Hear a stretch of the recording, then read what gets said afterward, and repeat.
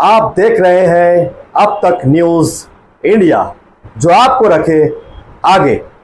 दर्शकों, एक बार फिर आपका स्वागत है हमारे मंच अब तक न्यूज पर। मैं जावेद शाह और आप देख रहे हैं अब तक न्यूज।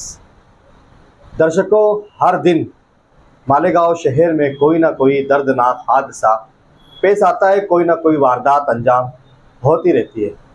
वैसे तो दर्शकों, मालेगांव महानगर पालिका हद्दी में पूरे इलाके में मालेगांव मध्य हो या बाह्य हो, सब जगह कहीं ना कहीं विकास काम चल रहे हैं। लेकिन इन विकास कामों के चलते क्या शासन और प्रशासन उन सारे नियमों का पालन कर रही है जो उन्हें करना चाहिए? 2 रुपयों की निधियां मालेगांव शहर आ रही है, लेकिन क्या इन निधियों के जिन लोगों को ठेका दिया जा रहा है, जिन कंपनियों को ठेका दिया जा रहा है, क्या वो कंपनियां इस प्रकार से काम कर रही है जिस प्रकार से, जिस नियम से, उन रूल्स एंड रेगुलेशन से काम काज कर रहे हैं, जिस रूल्स एंड रेगुलेशन से उन्हें काम करना चाहिए, जिन नियमों को उन्हें पालन करना चाहिए? दर्शकों, आज की खबर क्या है, हम आपको खबर दिखाना चाहते हैं।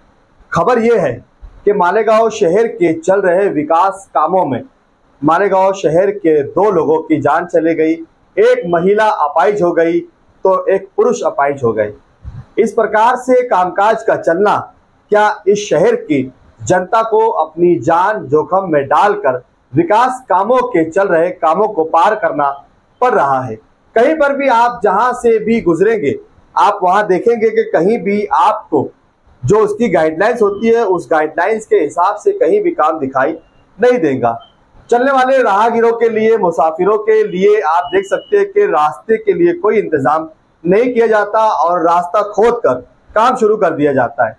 कुछ दिनों पहले हमने आपको खबर दिखाई थी कि मालेगांव शहर का वो मशहूर इलाका महात्मा ज्योतिबा फुले स्मारक के बिल्कुल सामने एक महिला और एक 9 साल का बच्चा अपनी मोटरसाइकिल से जाते हुए एक्सीडेंट हो गया और बिल्कुल महात्मा ज्योतिबा फुले स्मारक के सामने एक 9 साल के बच्चे की जान चली गई, तो वहीं उस महिला का पैर काटना पड़ा और वो अपना पैर गवा बैठी।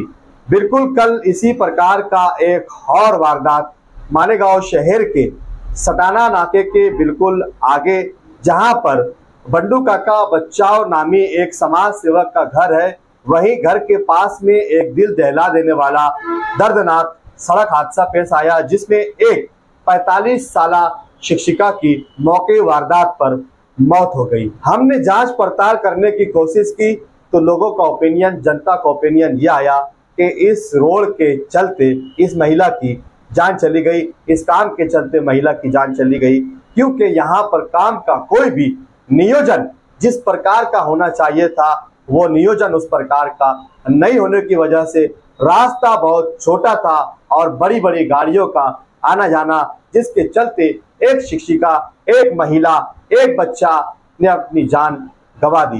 कब तक इस प्रकार से लोग अपनी जानें गंवाते रहेंगे?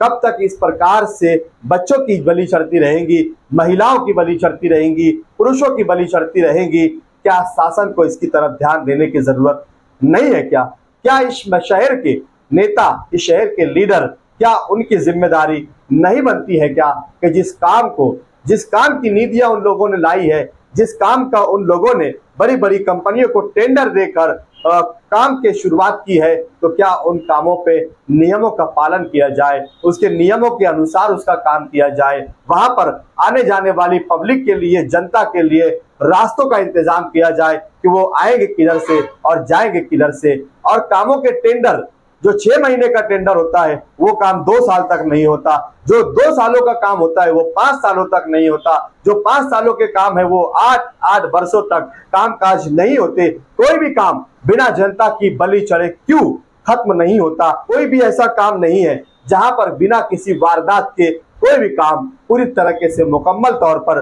खत्म हुआ होगा। हर काम में किसी ना किसी को अपनी जान गंवानी पड़ी है। हम जब से देख रहे हैं इस शहर में, चाहे वो मध्य हो या बाह्य हो, कुसुम्बा रोड का काम हो, वहां पर भी किसी मासूम बच्चे की जान गई, किसी बुजुर्ग की जान गई।